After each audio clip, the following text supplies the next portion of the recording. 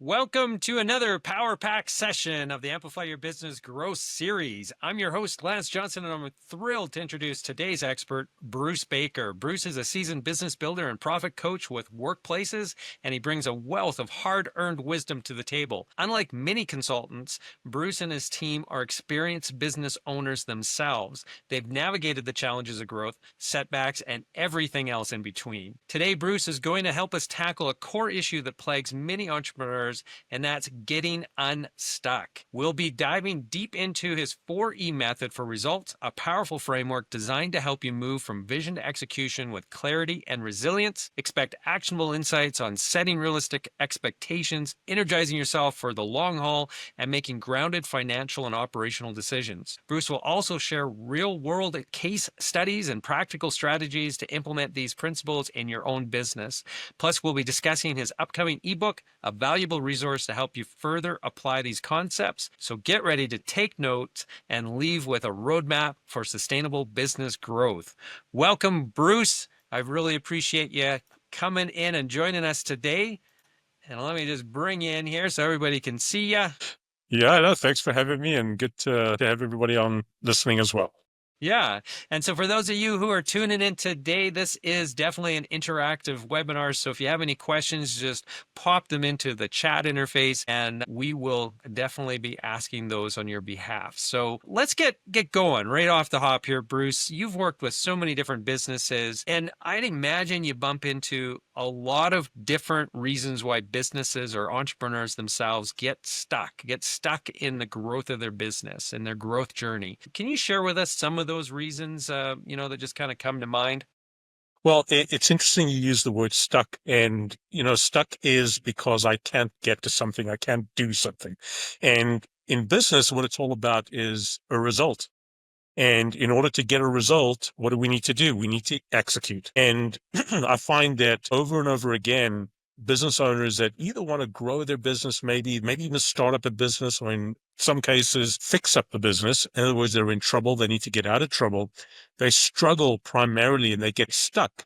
Why? Because they're not executing. And there's a very key reason why people don't execute. And if people don't execute, well, as I said, they don't see the results. That vicious cycle tends to put us back and keep us there. Yeah, and I know as a business owner myself, as an entrepreneur, I can't tell you how many times I have bumped into that, right? Where I feel like I'm making some progress and I get to a certain plateau and then I have a hard time like breaking through that. I kind of fall into a rut, and that is so frustrating. Yeah, absolutely. And it's the rut. Some people say I'm spinning my wheels, or Yeah. someone says I move a step forward and I move two steps back. Yep. There's a reason for that. And we are not aware of those reasons. So what we're not aware of, we can't take control over. And if we can't take control, it's the same thing over and over again. And it doesn't have to be that way. Yeah, you can't fix anything if you don't know it's happening, right? And so if you don't have 100%. that awareness, that understanding, and this is the reality, is that most entrepreneurs didn't go to entrepreneur school. I mean, some, yeah, Correct. maybe went to business school. I myself did, but they didn't teach me how to start a business, to grow a business that I owned. I mean, they were talking about more corporate kind of topics and so on. And so we don't innately come with those skill sets, really. Yeah, no. And I've always said business, and this is by no means scientific when I say this, but it seems to be that way. A business is 99% emotional and 1% intellectual. So you can go to school, you can read a book, you can hire a coach, a consultant, etc. At the end of the day, none of that matters unless you are primed to execute. And no one can force you to execute. You are the one, you're the author of your ability to execute and get the results that you're looking for.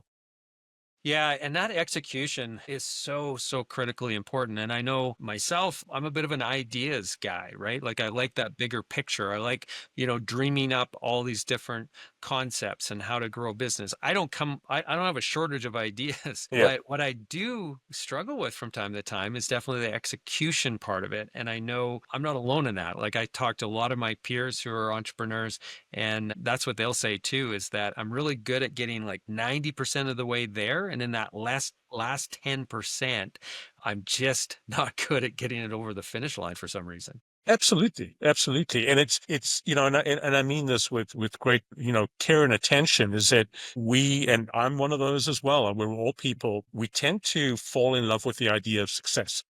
So when we want to start a business or we want to take our business to the next level and, we're in trouble and I can see a way out. I just have to get there. I need to know how to do it, et cetera, et cetera. We fall in love with that. And then what happens is there's no other way to put it. We tend to fall out of love with the actual actions and what we need to do in order to actually make that a reality. Yeah. Right. Yeah. And that's a big problem. Yeah, totally. And that's like for me, it's so important for me to have a team around me that are really good implementers who can really execute on the things because I know that's a shortcoming in myself. And so that's how I kind of solve for it. But even with that support, and if there's still enough things that I still have to execute on in order for the business to grow. And at the end of the day, I mean, that's my role as the CEO of the company is to ensure that we are finding those growth opportunities, executing on them, and achieving it. And if we fail to execute, it doesn't matter how good the plan is, right? Well, you mentioned something that is quite important because it is certainly up to the owner or the leader of the business to ensure that execution takes place. But when we talk about that reality side and we talk about being able to drive forward, it impacts a team as well. And a lot of the work that's been put into this model talks about how you energize your team, because your team, guess what? They're people with the same psyche behind it all, and they're being influenced in certain ways as well. So being able to get your team to execute is also a huge deal. And this methodology actually impacts that significantly as well. Which is so, so important. Okay, so Yeah. we had a chance to chat before last week, I think it was, where Yeah. you're giving me a little bit more of an overview as to, okay, so the 4E method, what is it, and so on. And you told me at the time that the 4Es are emotional investment, expectation setting, energizing yourself, and then the execution, which we've talked real briefly on here so far. So if we were to dig in a little bit deeper, why don't we start with probably emotional investment then? So can you give us really what we need to know and understand as entrepreneurs as we're really trying to achieve that long-term success? Where does emotional investment come into play? Absolutely. But before I talk about emotional investment, I'd like all the listeners to imagine a pyramid in your mind, right? The pyramid at the end of the day has its final point, not because it exists in isolation, but because of a foundation, the very first layer, if you will, of the pyramid. So the 4 E's, consider those the layers of the pyramid, and everything that occurs has to start with the basic, the most important foundation. And as you said, Lance, emotional investment. So what is emotional investment? It's what do I care about deeply enough to push through? Again, I'm going to say that again. What do I care enough deeply, right? Deep, that's going to allow me to give me that thrust when I need it, that energy when I need to push through. And whenever we're wanting to execute or achieve something, it's about the excitement. It's about the initial move and passion to do it. But do I have enough inside me, energy and passion, in order to push through? So that's what I want to emphasize. So I'm going to use myself as an example. Are you saying like my passion for the reason why I started Amplomedia is to help businesses with their growth through great marketing, right? To try to help them address customer acquisition, lead generation, that kind of stuff, right? Really great content that's going to drive that forward for them. So that's my passion, is to help other businesses. Is that what you're talking about? Like if I didn't have the passion or couldn't identify what my passion was, then that's going to be problematic because when it gets tough, I'm not going to be able to keep pushing forward.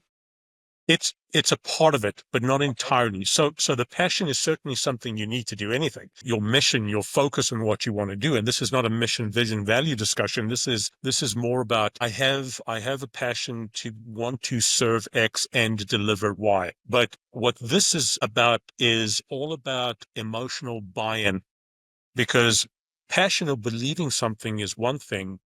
Being able to buy into something that I'm prepared to take the good, the bad, and the ugly in order to make this a reality.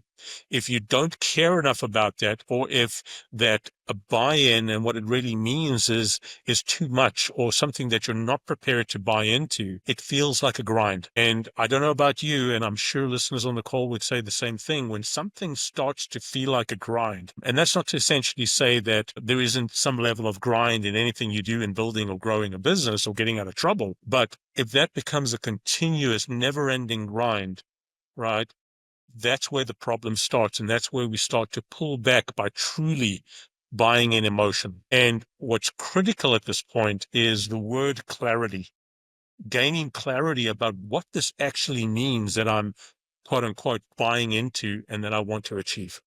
Okay. Can you give us an example then, whether it's a business that you've worked with or that you've observed in terms of that clarity piece? Like, how do you get your clients to really buy in and really develop that clarity around that emotional investment they have to make?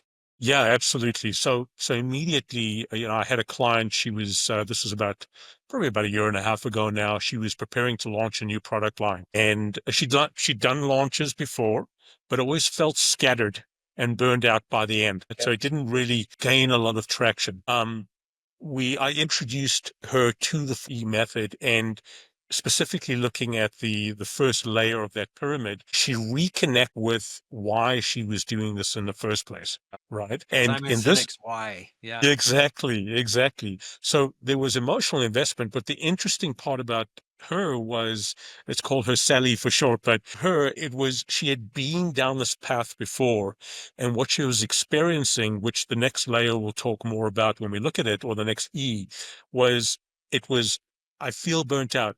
I feel like, got to do this again. I'm excited. I know this is my purpose and where I want to go, but I don't know if I want to do this again. Right. And that setting that clarity, especially when it comes to me asking, one of the questions I asked her was, what do you want to do differently this time? So if you were to go back to Sally in the past and meet up with yourself, what advice would you give her? What guidance would you give her? That's what we're talking about at that level. Again, she had it a little differently because she had been through this already and wanted to redo this again, but just couldn't find that need to move forward. Interesting. Any advice that you would give to entrepreneurs who are really struggling to find that again, right? Like, because we do when we hit some of those roadblocks, whether it's something that is out of our control, so a downturn in the economy which just makes things more difficult, or potentially it's just some mistakes that you made as an entrepreneur as you were growing your business, and so now there's a setback and you kind of have to reset, restart, and keep going. That's tough for anybody to handle. So knowing that I want to continue to do it, how do I really tap into and really develop a stronger emotional investment into it then? It's a great question. And that, maybe not go to the next level yet, but I think that's where Okay. the next E is probably an essential part. And like you said earlier on, it's the expectation setting. So if we think about someone that is just embarking on this for the first time, they've spoken about, they're sort of thinking about their idea, they're buying into it emotionally, and they just push foot, they just hit the gas. Right. And as they get to that point where they have to start doing things, taking specific actions, looking for specific, points in their journey where they actually have to see results, and they don't see those results, or they're just not able to execute and see those results, primarily because they didn't necessarily understand what they were expecting to see. And what I mean by this is, and you'd expect more of a motivational response from a guy like me, but when people start off at the emotional investment level and they just don't have the drive to want to push through, they just don't have that emotional buy-in, I'm the first person to say, abandon it. Okay. Right? Don't move forward if you don't have the buy-in. And again, the reason why people don't have the buy-in in the first place is because they didn't clearly set the expectations, which is the second E and the second level in the pyramid, is, and what that is what will this really take? So whether it's scaling or recovering your business, whatever, it's the demands realism. What's the cost in terms of time, energy, cash flow? What are the trade-offs, right? If you skip this level, if you skip this E, the burnout or the blind spots, specifically the blind spots, are going to catch up with you. They always do. And what happens is that creates burnout. And the reason it creates burnout is because, you know what, I didn't expect this. Yet another thing that knocks me on the side that I wasn't expecting. Yeah. What happens? And it's exactly like we spoke about the client earlier on, where Sally hit that point, burnt out, saying, okay, let me give this another try. And to your example early on, where businesses or business owners try to give this another try, and they just don't have that buy-in anymore. We're trying to avoid that. This is what the primary purpose of this model is. What we're trying to do is avoid or protecting the business owner from having to start from step one again or the first E again Yeah. and not get into that situation. So the term that comes to my mind then is like rose-colored glasses, right? At Right. this second stage, really setting clear expectations and reasonable expectations, not going into things with rose-colored glasses. Totally. That's got to be the secret to this step. Yeah, yeah, and it's I get quite passionate about when people attend a seminar or attend an event where it's about business results and about focus and about discipline and about the technical know-how and how to do this. And people leave these sessions. It doesn't even have to be a session. It could be a book. It could be anything that you listen to or that you engage yourself in.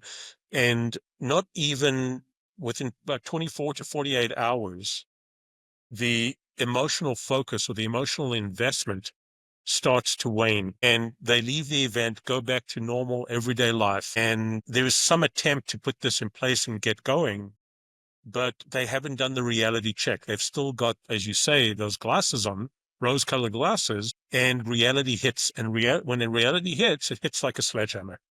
So Yeah. I would rather advise people to be prepared, understand the blueprint, understand what you're going to have to put in place to make this a reality. So I'm curious then, like what kind of key elements, I suppose, of setting those realistic expectations, right? Because it's one Yeah. thing to say, yeah, you got to be realistic. Come on, like make sure you do the proper research and everything else. But there's got to be some steps there that you see that really help people do that. And whether that's internally themselves are doing it or they're getting outside resources, I'd love to hear your thoughts on that. Like, how do we actually become realistic? Because sometimes, Yeah. again, we don't know what we don't know, right? So it seems good. It sounds good. You know, you do a little bit of maybe testing of your idea out there, asking people for advice and so on, test the marketplace. And it's just like, yeah, this sounds good. Okay. And I don't know anything about maybe growing a business yet. Mm. And so I don't know what those pitfalls might be. So how do I even become realistic? Yeah, yeah. You remind me about a client I worked with a couple of months ago that asked me to do up a business plan for him. Okay. And did it up.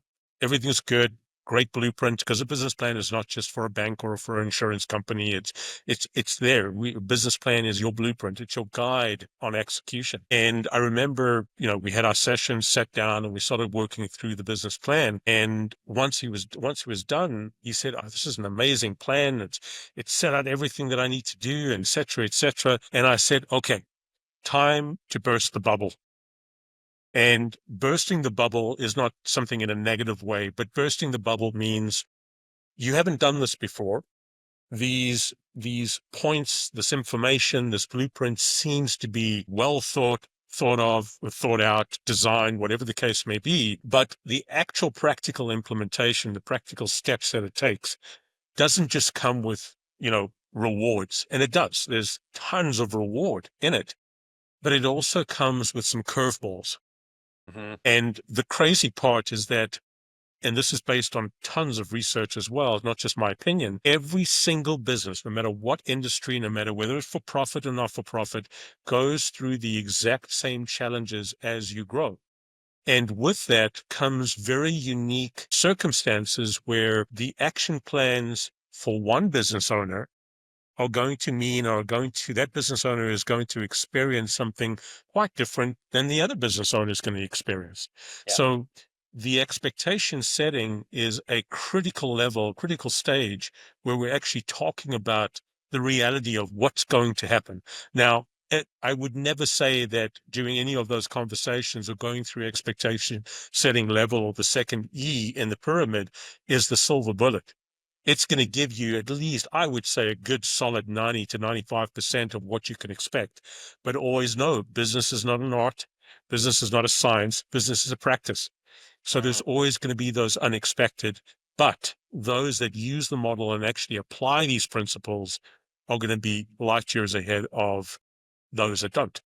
Like when I hear you talk about it, I still just keep going back to can entrepreneurs even do this on their own? Like, is this something that they need to have an expert, a consultant, a coach, somebody like yourself to really look at those things? Because again, you don't know what you don't know. So you think that your expectations are maybe aligned, but you haven't lived through potentially a startup before. And so you don't know what some of those curveballs are.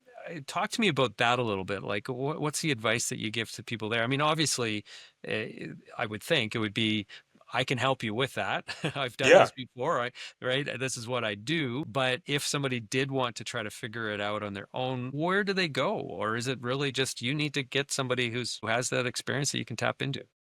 It's definitely both. So I'm the first person that will always advocate for self-focus, self-discipline, self-enhancement, self-insight. But saying that, whether it's a coach or whether it's a consultant or whatever the case may be, you nailed it when you said someone that's been through it before.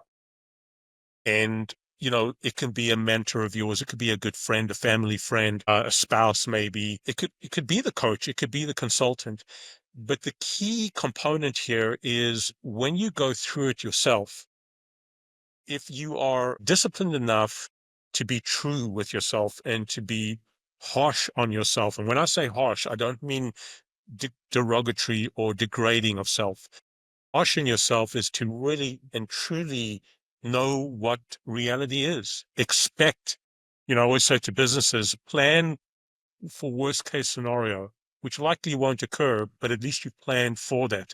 Yeah. Now, why it's more effective with someone else, especially those that have gone through it, let's put the coach like me or the consultant aside for a second, is because anybody that's gone through something, adversity, or gone through the reality of some exercise is a sage compared to that person that hasn't gone through it, right? Yeah. Now, the second thing I'll say is why a coach, why a consultant? More so the coach, because asking the right questions to challenge someone's mindset is far more powerful and effective than having the right answers for someone that's going through the process or through the Yeah. exercise. And the last thing I'll say about that specifically is when you're building a business, be it a startup, be it a growth opportunity in the business, or even getting yourself out of a dark hole in your business, don't build a business by yourself. Don't do it in isolation. And this is one of the biggest mistakes that business owners at any stage of their business make. I can do it myself. Maybe I feel embarrassed about asking for help, or it's going to cost me too much money. I'm not even going to try. I would try to dissuade people in doing that. Work with someone, talk with someone. It probably costs you a cup of coffee and it'll give you a world of information that will be very, very liberating. On that topic, and you know this, I have a podcast called Amplify Your Business, the Entrepreneurs Podcast, and I talk to entrepreneurs about, all these different things that they've learned through their journeys, right? And what would they've changed if they could turn back time and go back and redo some of those things and so on. And one of the things that has come up many, many times over all the interviews that I've done is the idea of surrounding yourself with like an advisory board. And so, the typical kind of people that you would have just naturally in your ecosphere, I suppose, the accountant that you're dealing with, the lawyer that you're dealing with, maybe your bookkeeper and then maybe a business coach or something to that effect. But then also other people who maybe are experienced, business owners that have walked in those shoes before, whether it's right in the same industry that you're in or not. that was the advice that they gave. And so some of the people were saying you need to have a paid advisory board, and other people were saying you can get away with initially, if you don't have the cash flow, is to do an unpaid one, but just know that they're not going to be maybe quite as committed to showing up with when you really need them and so on. You can't borrow their expertise quite as easily. But regardless, I think what you're saying is kind of similar in that respect, right? Where you're saying surround yourself with some people that you can, ask to buy a coffee and pick their Yeah. ear a little bit if need be, pick the brain. And so there's ways of bootstrapping that, but that the key thing is ask the questions, be vulnerable, right? Don't feel that you have to do it alone. Yeah, very, very good points. What's critically important, or let me put it this way, I advise business, especially in their earlier stages, is to find an advisory or a team of advisory people. And the first response I get almost all the time is that, well, I'm not ready for an advisory board. And Yeah. I say, it doesn't have to be that sophisticated. It doesn't have to be that complex. It's find two, three people, maybe start with one person that becomes your advisory or advisor, I should say, and use that person in a good way. Use that person as a sounding board. Let that person, and this is so important, make sure that that person is not your yay sayer. Make sure that that person is a naysayer, because Mm, when I work with people, when I work with business owners, I'm not there to be the bobblehead, the yay sayer. I'm there to challenge your mindset. I'm there to give you inspiration through growth. I like that. And so try your advisory, one person, if that's where you start, and let that person challenge you so you can grow. Yeah. Yeah, I love that. Don't surround yourself with an echo chamber of yay sayers, like you said. I think that is so critical. It's funny, I was having a coffee this morning with a guy who does a lot of work as well with different businesses, more from the trying to get their financial structure worked out, right? So almost like a fractional CFO.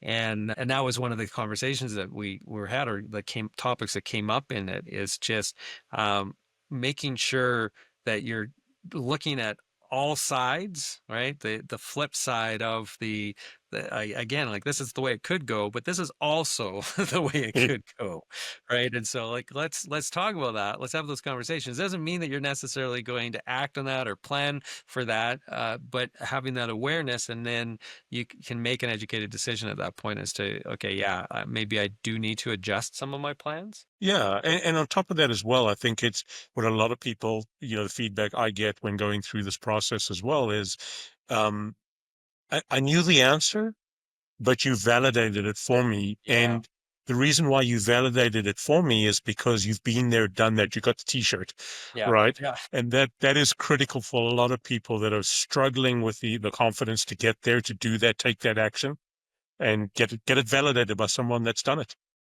Yeah, and I just add to that too, because I've had this happen as well, where I I know the answer, or I suspect I know the answer, but I don't want to face into that because I'm really hopeful that that isn't actually the answer, right? And so not necessarily that they're validating what I am trying to advance, but they are validating that, yeah, Lance, this is probably the way that something's going to end up or whatever. And so yeah, don't fool yourself, I suppose, sometimes too. I think that's really important. Yeah. Yeah, and that is, I would say, sorry, Lance, just to say that, Yeah. don't fool yourself. I think if there's any theme at second level, is exactly that. Interesting. Okay. So do we move on now to the 30, or do you have some other things you want to talk about around the expectation setting? No, I think that what I will say before we go to the third level or third E is it's all about at the expectation level. If you are not ready at that second level, there is no shame in saying, I'm going to abandon it for now. I want to go back to the first E, and I want to rethink what I'm actually buying into. The famous Peter Drucker always used to say, talk about abandonment when he met and he coached Jack Welch from GE back in the early 80s. The only reason why GE became the company it became, especially in the 90s and early 2000s, was because Jack Welch abandoned various components of GE that his people before him weren't prepared to abandon. So once you get to that second level, that second E, if you feel you want to abandon based on your new insights, do it. Go back to the step one before you go further. Yeah, that's really interesting. Our business, we do a lot of video content, and so we brush up against the film industry every once in a while. And I was chatting with somebody who's in the film industry, and they were saying sometimes you have to kill your babies. And I'm like, what the heck does that mean? And they said, well, you get so attached to different scenes, right, or the story arc or characters in filmmaking that sometimes you get kind of blinded by it and you have to kill those babies off, even though that's the kind of like a legacy thing or something that you really wanted to have. But what's best for, in that case, the film, but in business, what sometimes is in the best interest of the business, you have to step away from some of those things that you originally were really holding dearly Yeah. too. And it's interesting because it's in the best interest of the business. Absolutely. I would add to that and say it's the best interest in for the captain of the ship, Okay. right? You are the author of your business and you are the first and last employee of your business. If Yeah. you are compromised, nothing else goes. Yeah, good calibration. I like that. Okay, Yeah. so moving into the 30s. So this is energizing yourself. So you have invested emotionally into what it is that you are wanting to do. You've gone through, you've checked everything against expectations, and you've talked to different people and stuff. You've done the research and you feel, yeah, this is reasonable. I'm bought in and this is achievable. Now I have to energize myself. You betcha. And just before we continue with that, don't get confused with emotional investment and energizing self. Okay. Emotional investment is that personal buy-in, right? It's about thinking, debriefing with yourself, your own internal voice, setting that expectation, and then energizing. Energizing yourself is something that I probably wouldn't have been energized before on or about. I'm now energized to do. I'm energizing myself to do that. So before we energized ourselves, we created a reality for ourselves, the true reality, the good, the bad, and the ugly. The bad and the ugly was something that I would have never been energized by, Yep. but I've now come face to face with it. And it's one of those bring it on, right? Let's do this thing, right? So I'm operating from conviction or adrenaline, right? About something that wasn't that energizing for me, or I didn't even know about it. Now I do. So at this stage in energizing self, what happens is excitement starts to fade, confidence endures. That's the key. Now we've got a sustainable recipe to move forward. It's about staying connected to your why. Why am I doing this in the first place? I have a lot of clients that have said to me on certain occasions, you know, how did I get here? Why on earth did I do this to myself? Right. And we don't want people to get there. We want to reinforce so they believe, they build that internal energy to keep showing up. That's the key. When you fall off the horse, I want you to get back on, not because you can get back on and continue to ride the horse with confidence. I want you to get back on so you continue to ride the horse knowing that you're going to fall off again. But this time you're going to fall off for a different reason. And every time you get back on, you are stronger for it and you continue to build your business. Building the business, it never becomes easier. You become stronger. And that's what the energizing self is all about. Oh yeah, I love that statement, Bruce, because I totally agree. I can't tell you, like it's been 13 years that I've been running Amplomedia. I can't tell you uh, if there's, been a year of those 13 years or even 6 months where I haven't been like, well, that was a new one that just happened to me. There's always something, right? That it's just like, huh. But like you said, I developed the tools to be able to navigate through them, and it's getting easier from that perspective where it's like, yeah, throw anything at me because I'm pretty confident I'm going to be able to get through it, Absolutely. at this stage of the game. Yeah. And Go ahead. I was just about to say the test for that I do quite often is I encourage people to think about what stressed them, or I'll say to you, think about what stressed you, Lance, 13 years ago, and think about why it doesn't stress you today. It's Yeah. not because that same stress or the same challenge doesn't pop up here and there. It's because I've been there. I've done that. I've desensitized myself to it. Yeah. Yeah, it's never been it's no longer an unknown. Yeah. Yeah, exactly. Yeah, yeah. And for me, like, in full transparency, one of the ones that I bump into at different stages of our growth has been cash flow, right? Cash flow crunches. And so, I remember the first time when it was just like, "Oh, I'm not sure if I'm going to be able to make payroll that this, payroll period." And, having gone through that many times, unfortunately, through the journey, the 13-year journey, it's like, oh no, we'll get through it. I'll figure it out, and you just buckle down and get strategic about some of the places in which you're spending money and doing the things that you need to do. But the first time or two that happened, man, that was Yeah. terrifying, Absolutely. absolutely terrifying. You betcha. You betcha. And that's that thing, right? When you say terrifying, if we use payroll as an example, and this is for another discussion another time, but our relationship with cash as business owners is a terrible one.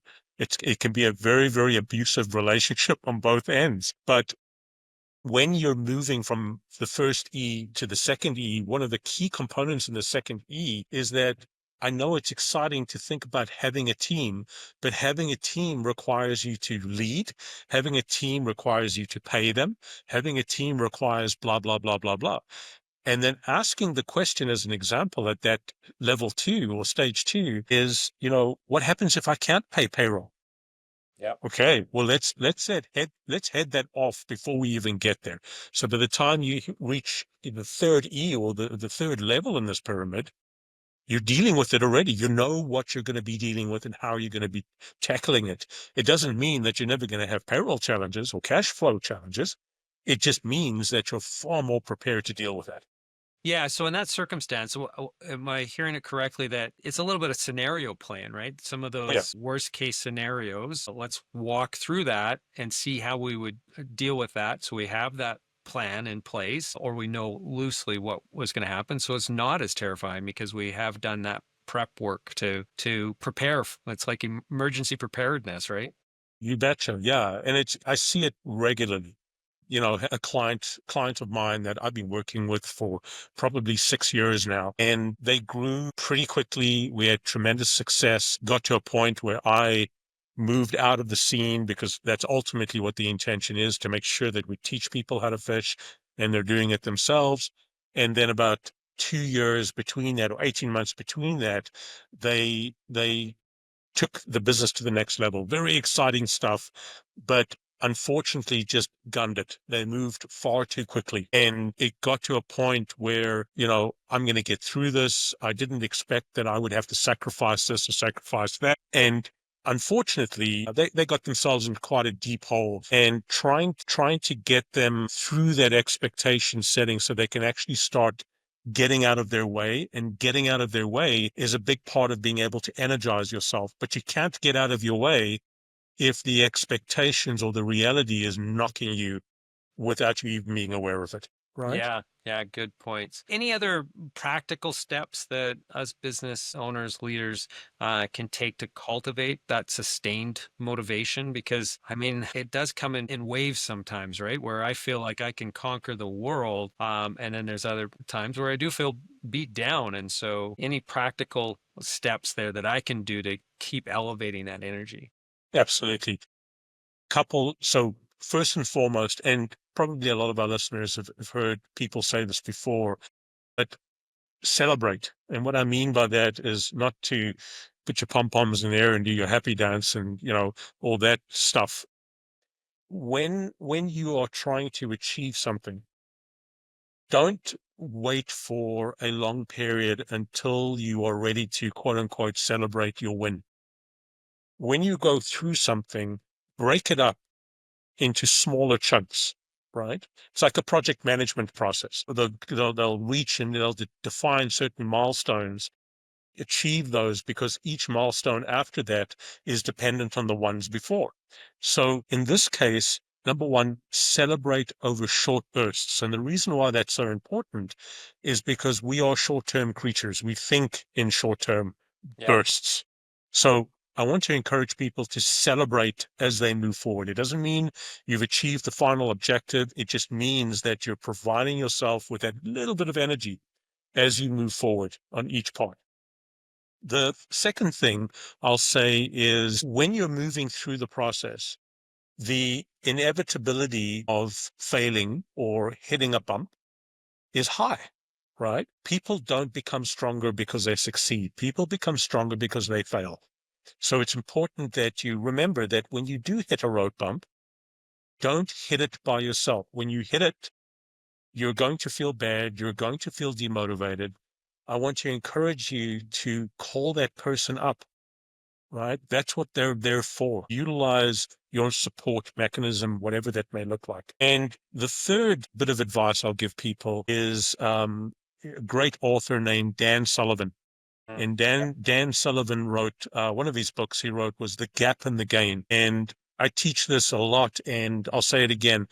Stop worrying and spending all your energy on this gap that's in front of you, the objective that I have to hit. The reason why he calls it a gap is because it's just not clear. It's just so big. It's just this huge mountain that that you're anticipating you have to climb. What I want to encourage people to do is to measure yourself backward, see what you've gained that has put you at this point in your journey. Yeah. And you would be surprised. I was skeptical the first time I read this. As I put it into motion, into action, it's an incredible way to deal with that momentum that you need to keep yourself sustained with. Yeah, yeah. I liken that to, hiking. I love getting into the mountains and doing some hiking, right? And if you're always just looking up at the top, and which we need to have a focus on where we're Sure. going, right? Yeah. But you're looking up there and it just feels like you're not getting closer to it. And Yeah. you pause and you turn around and you look down the mountain, you go like, holy crap, I Huh? really came a long ways here. 100%. Yeah. 100%. And I challenge anybody that's listening to us right now. If you feel that you just haven't made it or you just haven't arrived, I would highly encourage you to look back because I can tell you what you've achieved so far has been tremendous. Yeah, yeah. And that ties into another thing, and I know we're not talking about it, but it just for the audience, the imposter syndrome that I think all of us have as well, right? Because I think the reason or the root of that imposter syndrome is we're always seeing things that we maybe haven't achieved or we don't feel that we're experts in yet, or whatever the case might be, as opposed to looking at, no, you know what? I've got more experience in this area now than like 85%, 95%, whatever the number is of the population. Yeah, I can Yeah. consider myself an expert. You're Yeah. damn right I can. Absolutely. And also just to encourage everybody to think about it, I call it, there's in Lean Six Sigma and lean manufacturing, there's a fishbone exercise. And so I'm not going to get into that, but I liken the fishbone as someone that is thinking of starting up a business or adding a new service or product to their business. If you think you say just don't have the knowledge in that area, but I'm passionate about driving that for people in the market because it's such a great need for it. You don't have to be the subject matter expert. You are the backbone of that fish, right? And the little rib bones that go on the side are the expertise that you need to secure or surround yourself with to provide you with that. You can be the coordinator, you can be the driver of that new value, but always remember, and I can hear people thinking or saying right now, well, that costs money. Of course it does, right? But remember, I don't want you to not drive for success because you are not the subject matter expert. You will eventually become one, but don't let that stop you from driving to the level 2 expectation setting and eventually level 3 energizing self. Yes. Yeah. Yeah. And that is so true, right? We do become blockers sometimes of our own success. Yeah. Absolutely. Okay, so just for the sake of time, I think we should move on to the fourth one. So execution. I mean, the magic and everything here is have to be executing, I imagine. No, absolutely. It's all about, I don't care who we're talking to or who we're referring to. Every single human being wants to seek traction. They want to see progress for whatever the outcome is. If there isn't a result, if I'm not getting something from the investment that I'm trying to put in, it's game over, right? And when it comes to execution, you're now ready to move. Or the question is, you can confidently answer the question, am I actually ready to move? And I can say yes, because if I'm only hyped up, it means that the previous levels or the previous E's haven't been satisfied. So at this stage, I'm ready to take action. Execution it's not about willpower, it's alignment of all these pieces coming together. When you're done the work on the first three, as I said, the first three E's, the fourth becomes an inevitability. And I want to just restate that. If you've done the work on the previous three, this is an inevitability. It is very similar to what I say to business owners. If you're worried about the money, you're never going to succeed, because money is an outcome of action, and action is an outcome of behavior. If level one or the first three E's are satisfied, you're not even thinking of execution at this stage, because it's happening already before you can even think of the fourth E. Yeah. And it's that timely movement now through the process. And the cool part about this is that the milestones that you set in place based on reality, you're going to start seeing the results, not the result as the final outcome or that peak, as you mentioned in hiking. But when you see, let's say you have 5 steps in your process and you say, okay, I've hit my first milestone and the results are pretty clear.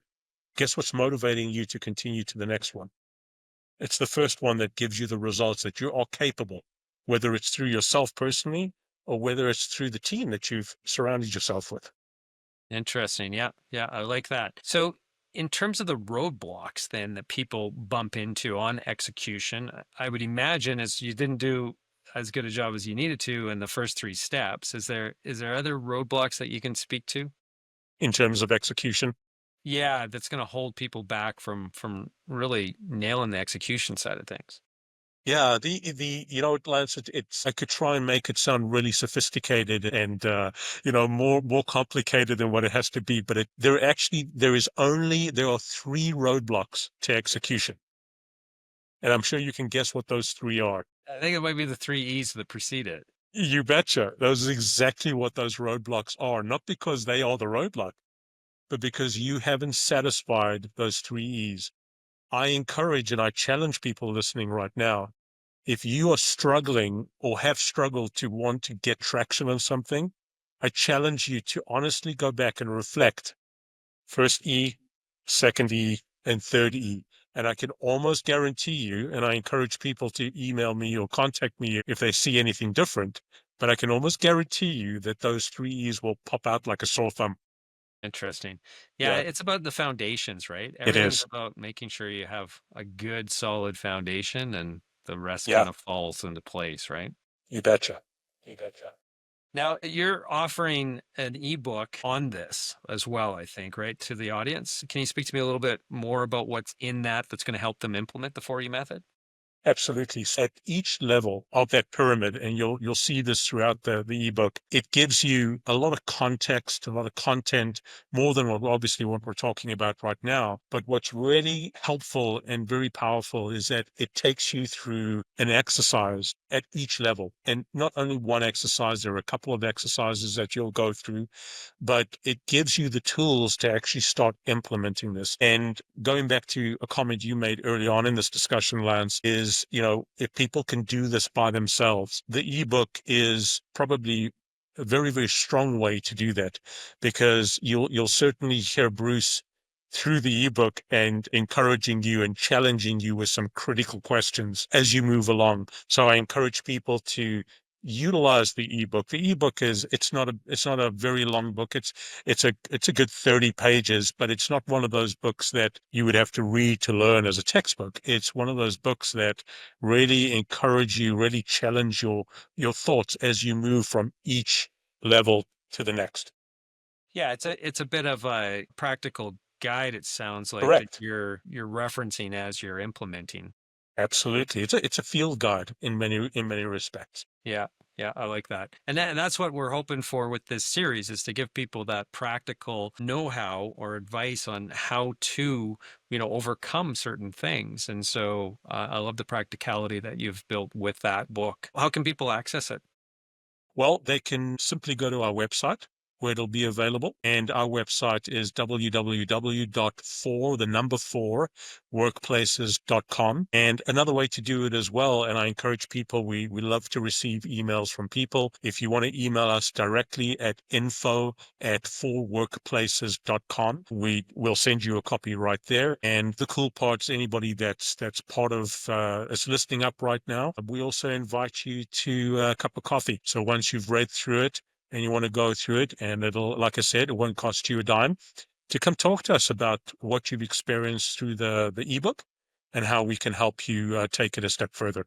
Yeah, that's a really generous offer. And just to be clear, that's a virtual coffee or an in-person coffee. So people anywhere around the country or North America here can definitely tap into your expertise and ask you a few questions, and you're happy Absolutely. to help out, right? Because that goes back again to the why in your passion, right? Absolutely agree. Yeah. Yeah. And I definitely see that in our interactions and with the clients that we share. It's just the support that you provide and the things that you do for your clients are just exceptional. So Thank you. definitely huge fan of Bruce and the team over there at Workplaces and what you guys are doing. And thank you for sharing this knowledge with us and giving a real practical tool that people can use to really leverage to grow their business and get unstuck, get out of Yeah. that stuck trap. Yeah. My pleasure, Lance. Thanks for having me. Okay. Everybody, if you enjoy this one, we have lots of upcoming webinars every other week. You can head over to our website, hit the resources tabs at amplomedia.com. The resources tab, you're going to see the series there, so you can go back and watch any of the replays from previous ones. Again, super practical knowledge, just like what you received here from Bruce today. So thank you, Bruce. Again, really appreciate you coming out and sharing all this great information. And everybody who's listening, I want to, welcome you to tap into all of the resources that we have to help you grow your business, and really excited to see your growth trajectory continue. Until the next webinar, everybody have a prosperous day.